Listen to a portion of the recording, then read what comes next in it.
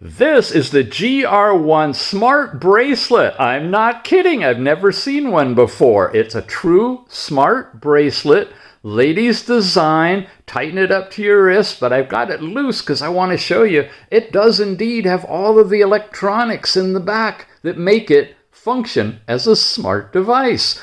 You can't tell it is. There's no display. There's no sound. There's no scratch and sniff, nothing. It is just a beautiful little bracelet that you can wear. When you have it on, it will collect data, and when you Bluetooth connect it to its app, you can transfer that data, including sleep time, exercises, and all these biometrics like heart rate, blood oxygen, heart rate variability, stress, ladies, your cycle information, and an overall well-being that you can annotate what your mood is like. Now, just to show you, if I, for example, start up, measure immediately the heart rate, and check the bracelet. Look at this in the back. The little green diode turns on. It's against your skin. It's going to collect that data. It also does it automatically every half hour or hour, however you have it set. It's really, really sweet. It is called the GR1 Smart Bracelet. Red, green, even available in gold. Got discount codes and links in the show notes for you.